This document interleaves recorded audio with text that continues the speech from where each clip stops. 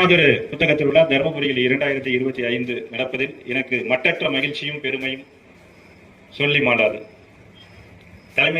முன்னாள் தலைமைச் செயலர் அவர்கள் இந்த இனிய விழாவிற்கு வருகை தர சம்மதிக்கும் பொழுதே எனக்கு ஒரு மட்டற்ற மகிழ்ச்சி.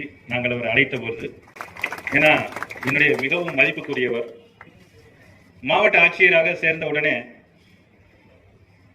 மே 18, 2023 மாவட்ட ஆட்சியர்களுடைய பணிகள் குறித்து ஒரு அருமையான நேர்முக கடிதத்தை அனைத்து மாவட்ட ஆட்சியர்களுக்குமே எழுதியிருப்பார்.